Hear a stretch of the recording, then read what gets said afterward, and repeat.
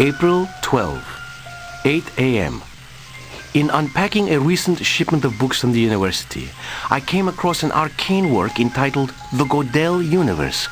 Browsing through it idly, I was surprised to discover a theory about the space-time continuum that today's theoretical physicists have either forgotten or ignored.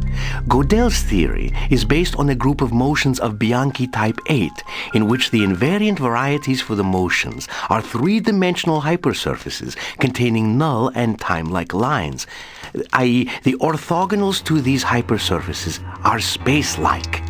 However, the Godel universe admits a four-parameter group in which the Bianchi type 8 is an invariant subgroup, thus revealing a universe both homogeneous and stationary. This stationary characteristic makes the model unsuitable for our representation of the universe as we know it. Godel's hypothesis ends there, but I think it may apply to my own research on distortions in space. If our universe may be compared to a single sheet of paper, then with the proper bending of that sheet, any 2 points in space, no matter what the linear distance between them, may be brought into proximity, enabling instantaneous travel over distances of many light years. My theory that electricity focused through a Fresnel lens would create just such a proximity point is supported by Godel's model. I will incorporate it into future calculations. April 29, 11 p.m. I have modified the algorithm to include Godel's theory and focus the Fresnel lens accordingly. The storm is supposed to move in sometime after midnight. I will wait up for it, though these late nights are taking their toll.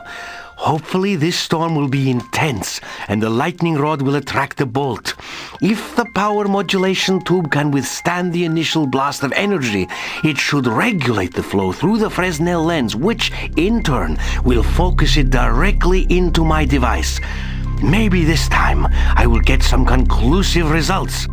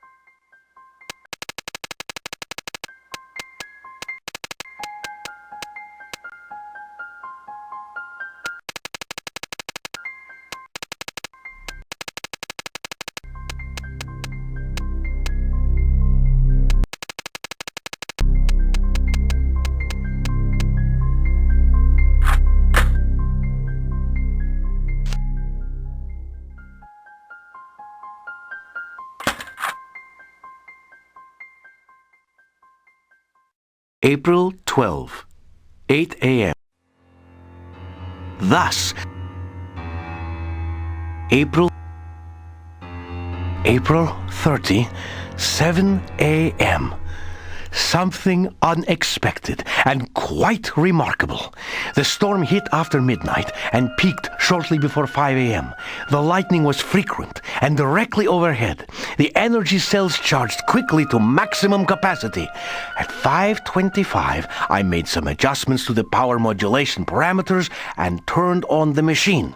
The Fresnel lens focused the massive waves of energy passing through the device, and as I had predicted, a distortion in space occurred before the device. To my amazement, the distortion began to deform. I stared in disbelief as the anomaly I had created burst like a bubble, revealing a portal in the fabric of space. Through the portal, I caught a glimpse of a rugged land, possibly a rocky shore, as I thought I saw water in the distance. Certainly no place around here, no place I had ever seen before. After just a few moments, a sudden power surge collapsed the energy field and blew the fuses. Stunned by what I had seen, I sat in the dark, thinking and listening to the diminishing rain. Amanda's waking cry finally brought me to my senses. I do not understand what I have witnessed. The only explanation I can devise is that if indeed our universe is as a single sheet of paper, then there may be other sheets or universes layered with our own. If the portal caused the space-time continuum to fold, another universe may have been crumpled up alongside of this one. I must continue my experiments in this uncharted territory and hope for enlightenment somewhere along the way. My first task will be to modify the energy consumption so that I can control the gate and increase the time it stays open.